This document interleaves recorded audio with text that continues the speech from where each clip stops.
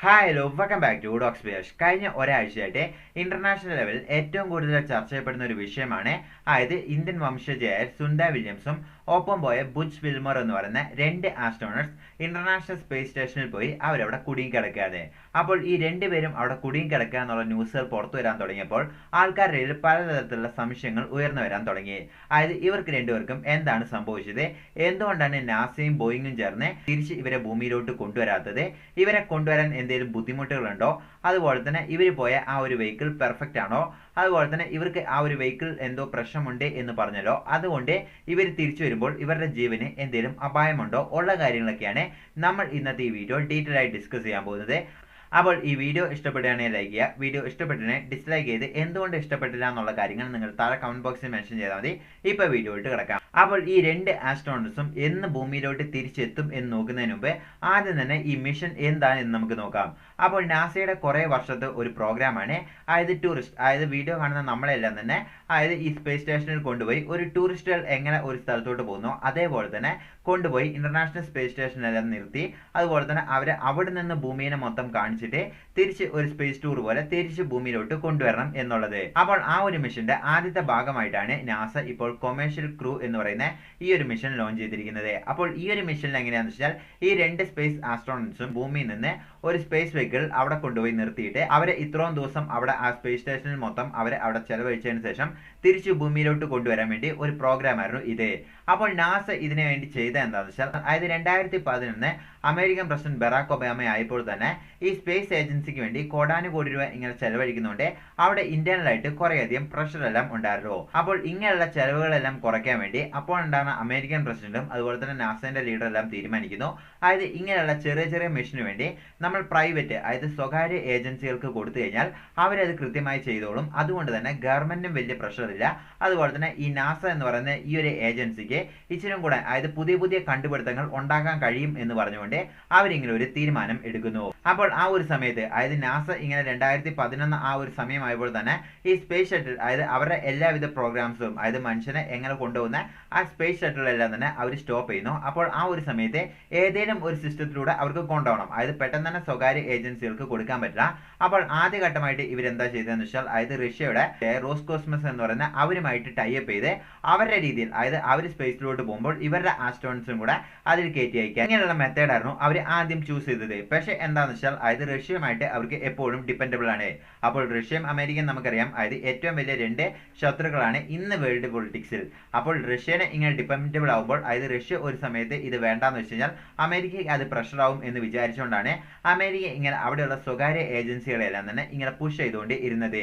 അപ്പോൾ അന്ന് അമേരിക്ക വിചാരിച്ച പോലെ തന്നെ പിന്നീട് റഷ്യ തീരുമാനം എടുക്കുകയും ചെയ്തു. അതെന്താണെന്ന് വെച്ചാൽ അതായത് റഷ്യ ഉക്രൈൻ വാറിൽ അമേരിക്ക റഷ്യക്കെതിരെ സാങ്ഷൻസ് ഇമ്പോസ് ചെയ്തപ്പോൾ റഷ്യ വിചാരിച്ചു അതായത് ഇനി അമേരിക്കന്റെ കൂടെ ഒരു ഇടപാടും വേണ്ട എന്ന് വിചാരിച്ചുകൊണ്ട് അതായത് അമേരിക്കന്റെയും റഷ്യന്റെയും കൂടെ ഒരു പങ്കുണ്ട് അതായത് ഇന്റർനാഷണൽ സ്പേസ് സ്റ്റേഷൻ ഡെവലപ്പ് ചെയ്യാൻ വേണ്ടി. പക്ഷെ അതിൽ നിന്ന് തന്നെ റഷ്യ പിൻവലിക്കുകയായിരുന്നു ഉണ്ടായിരുന്നത്. അപ്പോൾ ഈ ഒരു ഡിപ്പെൻഡൻസി വരാതിരിക്കാൻ വേണ്ടിയാണ് അന്നേ അമേരിക്ക പ്രെഡിക്റ്റ് ചെയ്ത് അതായത് സ്വകാര്യ ഏജൻസികളെ പ്രൊമോട്ട് ചെയ്തുകൊണ്ടിരുന്നത്. അപ്പോൾ അതിന് തന്നെ അമേരിക്ക ആദ്യം തന്നെ സ്വീകരിച്ച വഴി എന്താണെന്ന് വെച്ചാൽ അതായത് അമേരിക്കയിൽ തന്നെ കുറേയധികം ഏജൻസികൾ ഈ സ്പേസ് പ്രോഗ്രാം ചെയ്യാൻ വേണ്ടി താല്പര്യം കാണിക്കുന്നു. അപ്പോൾ അവരെല്ലാം ഒരുമിച്ച് കൂട്ടി ഒരു ബെറ്റ്, അതായത് ഒരു ലേലം വിളി പോലെ അവരെല്ലാം ഒരുമിച്ച് വിളിച്ച് അവരിൽ ഏറ്റവും കൂടുതൽ അതായത് ബെറ്റ് ആർക്ക് കിട്ടുന്നോ അതിനനുസരിച്ച് അവർക്ക് ഫണ്ട് അലോക്കേറ്റ് ചെയ്ത് അവരെ ഈ പ്രോജക്റ്റിലോട്ട് ഇൻവോൾവ് ചെയ്യിക്കലായിരുന്നു അമേരിക്കന്റെയും നാസന്റെയും കൂടെ ആദ്യത്തെ പദ്ധതി. അപ്പോൾ ഇതിനായിട്ട് കുറേയധികം ഏജൻസികൾ ബെറ്റ് ചെയ്യുന്നു. അതിൽ ഇവർ തിരഞ്ഞെടുക്കുന്ന രണ്ട് ഏജൻസികളാണ്, ഒന്ന് സ്പേസ് എക്സ്, മറ്റൊന്ന് ബോയിങ്. അപ്പോൾ ഈ സ്പേസ് എക്സ് എന്ന് പറയുന്നത് നമ്മുടെ എലോൺ മസ്കിന്റെ കമ്പനിയാണ്. അപ്പോൾ എലോൺ മസ്ക് ഈ സ്പേസിലെല്ലാം അതായത് കുറേയധികം റിസർച്ചുകളെല്ലാം ചെയ്ത് നല്ല ലീഡിങ് ഒരു കമ്പനിയാണ്. പക്ഷെ നേരെ മറിച്ച് ബോയിങ് എന്ന് പറയുന്ന ഈ ഒരു കമ്പനി അതായത് അമേരിക്കയിലെ മാക്സിമം എയർലൈൻസ് എല്ലാം തന്നെ ഈ ബോയിങ് എന്ന് പറയുന്ന കമ്പനിയുടെ തന്നെയാണ്. അപ്പോൾ അതുപോലെ തന്നെ ഫൈറ്റർ ജെറ്റ്സ് ഇതെല്ലാം തന്നെ ബോയിങ് നിർമ്മിക്കുന്നുണ്ട്. പക്ഷേ ഈ സ്പേസ് പരമായിട്ടുള്ള കാര്യങ്ങളെല്ലാം ബോയിങ് അത്ര വിദഗ്ധമാരല്ല, അതായത് അവർ അത്രമാത്രം ഡെവലപ്പ് ചെയ്ത് ഒരു പരിചയമില്ല, മുൻപരിചയം ഈ ബോയിങ് എന്ന് പറയുന്ന ഈ ഒരു കമ്പനിക്ക് ഇല്ല. പക്ഷെ നേരെ മറിച്ച് സ്പേസ് എക്സിനാണെങ്കിൽ നല്ലൊരു മുൻപരിചയം ഉണ്ടെങ്കിലും പക്ഷെ അമേരിക്ക തീരുമാനിക്കുന്നു അവർ കുറേ വർഷമായിട്ട് അവരുടെ എയർക്രാഫ്റ്റും അതുപോലെ തന്നെ ഈ ഫൈറ്റർ ജെറ്റ് എല്ലാം തന്നെ ഈ ബോയിങ്ങിന്റെ അടുത്ത് കൊടുത്തുകൊണ്ട് തന്നെ ഈ ബോയിങ്ങിനെ അവർ ഫസ്റ്റ് പ്രയോറിറ്റി എടുക്കുന്നു. അതുപോലെ തന്നെ സെക്കൻഡ് പ്രയോറിറ്റി ആയിട്ട് ഈ സ്പേസ് എക്സ് എന്ന് പറയുന്ന ഈ കമ്പനീനെയും സെലക്ട് ചെയ്യുന്നു. അങ്ങനെ ഈ രണ്ട് കമ്പനിക്കും അവർ ഫണ്ട് അലോക്കേറ്റ് ചെയ്യുന്നു. അതായത് ഒരു നിശ്ചിത തുക ഈ രണ്ട് കമ്പനികൾക്കും അതായത് ഈ നാസ അലോക്കേറ്റ് ചെയ്ത് കൊടുക്കുന്നു. അതായത് നിങ്ങൾക്ക് രണ്ടുപേർക്കും ഇത്ര തുക തരാം, അതിനനുസരിച്ച് നിങ്ങൾ ഈ സാധനം ഉണ്ടാക്കി തരണം എന്ന് പറഞ്ഞ് നാസ ആവശ്യപ്പെടുന്നു. അങ്ങനെ ഈ രണ്ട് കമ്പനിയും അവരുടെ ഈ സ്പേസ് വെഹിക്കിൾ നിർമ്മിക്കുന്നു. അപ്പോൾ ആദ്യത്തെ കമ്പനിയായ ബോയിങ് നിർമ്മിച്ചതാണ് ഈ സ്റ്റാർ ലൈനർ എന്ന് പറയുന്ന ഈ ഒരു വെഹിക്കിൾ. അതുപോലെ തന്നെ എലോൺ മസ്കിന്റെ സ്പേസ് എക്സ് എന്ന് പറയുന്ന ആ ഒരു കമ്പനി നിർമ്മിച്ചാണ് ക്രൂ ഡ്രാഗൺ എന്ന് പറയുന്ന ആ ഒരു വെഹിക്കിൾ. അപ്പോൾ ഈ എലോൺ മസ്കിന്റെ സ്പേസ് എക്സ് എന്ന് പറയുന്ന ഈ ഒരു ഏജൻസി ഇച്ചിരി അഡ്വാൻസ്ഡ് ആയി പോയി. അതായത് അവർ ഓൾറെഡി മുൻപരിചയം ഉള്ളതുകൊണ്ട് തന്നെ അവർക്ക് പെട്ടെന്ന് തന്നെ ഈ കാര്യങ്ങളെല്ലാം ചെയ്യാനുള്ള എളുപ്പമായി. അങ്ങനെ 2019 ആയപ്പോൾ തന്നെ എലോൺ മസ്കിന്റെ ക്രൂ ഡ്രാഗൺ എന്ന് പറയുന്ന ഈ ഒരു വെഹിക്കിൾ അതായത് ഇന്റർനാഷണൽ സ്പേസ് സ്റ്റേഷനിൽ പോയി അവിടെ പോയിട്ട് ആദ്യം തന്നെ ഇത് ഡോക്ക് ചെയ്യണം. അങ്ങനെ ഡോക്ക് ചെയ്തതിന് ശേഷം അവിടെയുള്ള അതായത് ആസ്ട്രോനോട്ട് ഇന്റർനാഷണൽ സ്പേസ് സ്റ്റേഷനിൽ അവർ റിസർച്ച് എല്ലാം ചെയ്തതിന് ശേഷം വീണ്ടും അവിടെ നിന്ന് ആ ഡോക്കിനെ അൺലോക്ക് ചെയ്ത് തിരിച്ച് ഭൂമിയിലോട്ട് വരികയായിരുന്നു ഉണ്ടായിരുന്നത്. അപ്പോൾ ഇത് ഒറ്റയടിക്ക് ചെയ്യാൻ പറ്റില്ല. ആദ്യം തന്നെ ഇത് സക്സസ് ആയി വർക്ക് ആവുന്നുണ്ടോ എന്നറിയാൻ വേണ്ടി നമ്മൾ അൺമാൻഡ് ആയ ആൾക്കാരെ ആദ്യം സെലക്ട് ചെയ്യണം. ആദ്യത്തെ സ്റ്റേജിൽ നമ്മൾ എന്തായിരിക്കും ചെയ്യുന്നത് എന്ന് വെച്ചാൽ അതായത് ആൾക്കാരെ ഒന്നും ഇല്ലാതെ ടെസ്റ്റ് ചെയ്യും. രണ്ടാമത്തെ സ്റ്റേജിൽ നമ്മൾ റോബോട്ടിനെയോ അങ്ങനെ എന്തെങ്കിലും വെച്ച് ടെസ്റ്റ് ചെയ്യും. അങ്ങനെ ഫൈനൽ സ്റ്റേജിലായിരിക്കും ഈ ആൾക്കാരെ പറഞ്ഞിരിക്കുന്നത്.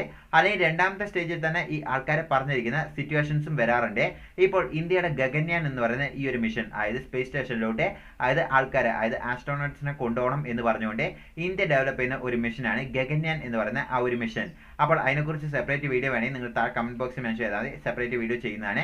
അപ്പോൾ ഈ ഗഗൻയാൻ ആദ്യത്തെ ടെസ്റ്റ് എങ്ങനെയായിരുന്നു? അതായത് സാധാരണ ആൾക്കാരൊന്നും ഇല്ലാതെ അത് ആദ്യത്തെ ടെസ്റ്റ് കംപ്ലീറ്റ് ചെയ്യുന്നു. രണ്ടാമത്തെ എങ്ങനെയാണെന്ന് വെച്ചാൽ റോബോട്ടിനെ കൊണ്ട് നമ്മൾ എന്തെങ്കിലും ടെസ്റ്റ് ചെയ്യുന്നു. അങ്ങനെ ഓരോ സ്റ്റേജസ് കഴിഞ്ഞതിന് ശേഷം മാത്രമോ നമുക്ക് ഈ സ്പേസ് സ്റ്റേഷനിലോട്ട് പോകാൻ പറ്റുള്ളൂ.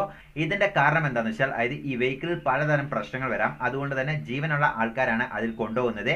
അപ്പോൾ ഇവർക്ക് എന്തെങ്കിലും പറ്റിക്കഴിഞ്ഞാൽ ഈ നാസയും അതുപോലെ തന്നെ ഈ ബോയിങ് എന്ന് പറയുന്ന ഈ കമ്പനിയെല്ലാം തന്നെ അതിന് ഉത്തരം പറയേണ്ടി വരും. അതുപോലെ തന്നെ അവിടെയുള്ള ജനങ്ങളെല്ലാം തന്നെ അവിടെയുള്ള ഗവൺമെന്റിനെതിരെ തിരിയും. അപ്പോൾ ഈ പ്രശ്നങ്ങളൊന്നും ഉണ്ടാവാതിരിക്കാൻ വേണ്ടിയാണ് ഇങ്ങനെയുള്ള ടെസ്റ്റുകളെല്ലാം കംപ്ലീറ്റ് ആക്കുന്നത്.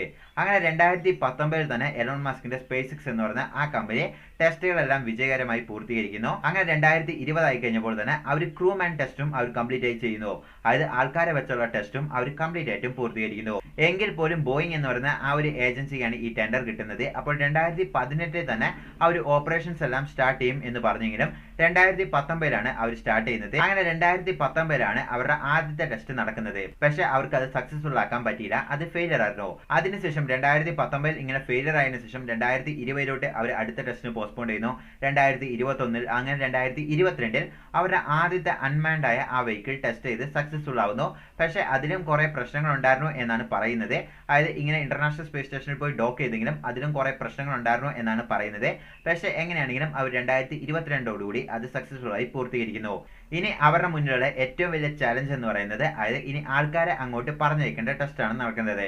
അപ്പോൾ 2022 അവർ ടെസ്റ്റ് പൂർത്തീകരിക്കുന്നത്. എന്നാൽ നേരെ മറിച്ച് ടെസ്ല 2019 തന്നെ ടെസ്റ്റ് പൂർത്തീകരിച്ചു. അതിനുശേഷം 2020 തന്നെ അവരുടെ അടുത്ത ടെസ്റ്റും അവർ പൂർത്തീകരിച്ചു, ക്രൂ ടെസ്റ്റ് അടക്കം.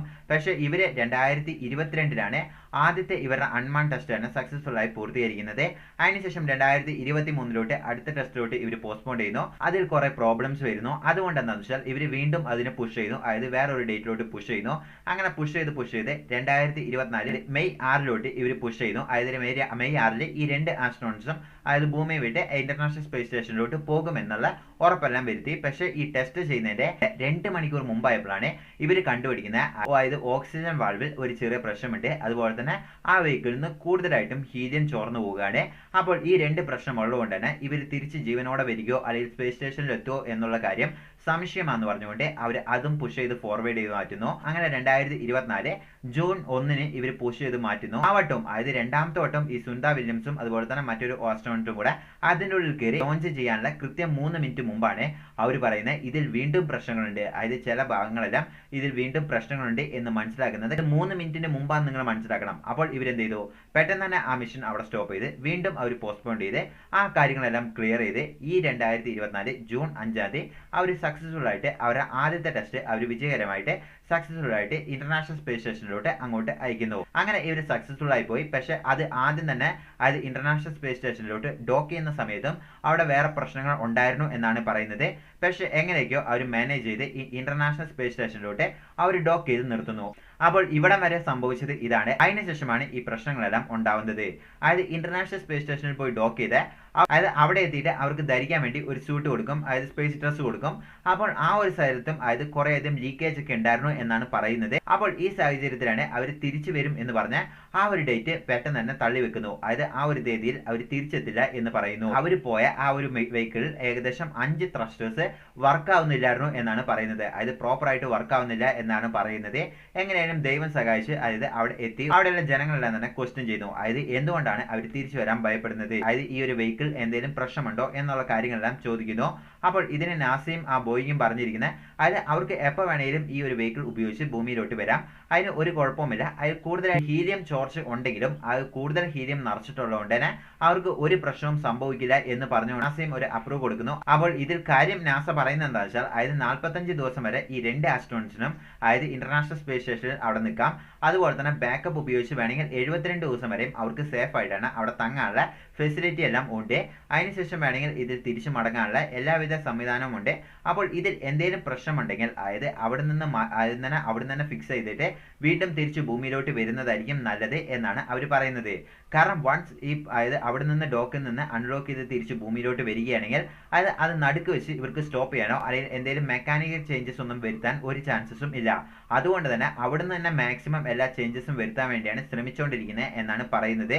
അപ്പോൾ ഇതിനു വേണ്ടിയാണ് അവിടെ ലേറ്റൻസി കാണിക്കുന്നത് എന്നാണ് പറയുന്നത്. ഇനി അവസാനമായിട്ട് എല്ലാവർക്കും ഒരു ചോദ്യം ഉണ്ടാവും, അതായത് ഈ വെഹിക്കിളിന് ഇത്രമാത്രം പ്രശ്നമുണ്ട്, അപ്പോൾ ഒരു പക്ഷേ ഈ വെഹിക്കിൾ ഫെയിലിയർ ആയി കഴിഞ്ഞാൽ അവിടെയുള്ള ആൾക്കാർ രണ്ടും എന്ത് സംഭവിക്കുന്നത്? അപ്പോൾ ഇതിനെന്താണെന്ന് വെച്ചാൽ നാസ പറയുന്നത് എന്താ വെച്ചാൽ ഇവർക്ക് ഒരു തരത്തിലുള്ള ജീവന് അപായവും പേടിക്കേണ്ട ആവശ്യമില്ല. അതായത് ഇപ്പോൾ സ്പേസ് എക്സിന്റെ എല്ലാം തന്നെ കുറെ വെഹിക്കിൾസ് ഉണ്ട്, അത് വിട്ടിട്ടാണെങ്കിലും ഇവരെ തിരിച്ചു ഭൂമിയിലോട്ട് കൊണ്ടുവരാൻ എല്ലാവിധ സംവിധാനവും ഇപ്പോൾ നാസയുടെ ഭാഗത്തുണ്ട് എന്നാണ് പറയുന്നത്. അപ്പോൾ ഇത് യഥാർത്ഥത്തിൽ ഇപ്പോൾ ഉണ്ട്. അതായത് ഇവർക്ക് രണ്ടുപേർക്കും അതായത് വരാൻ പറ്റിയില്ലെങ്കിൽ മറ്റേതെങ്കിലും സ്പേസ് വെഹിക്കിൾ വെച്ച് അവിടെ നിന്ന് തിരിച്ചു ഭൂമിയിലോട്ട് കൊണ്ടുവരാൻ പറ്റും എന്നാണ് ഇപ്പോൾ ഉറപ്പ് നൽകിയിരിക്കുന്നത്. അപ്പോൾ ഇതാണ് ഇതിൽ യഥാർത്ഥത്തിൽ സംഭവിച്ചത്. എന്തെങ്കിലും മിസ്റ്റേക്ക് ഇതിൽ തോന്നിയിട്ടുണ്ട് എന്നുണ്ടെങ്കിൽ കമന്റ് ബോക്സിൽ മെൻഷൻ ചെയ്യുക. See you next video.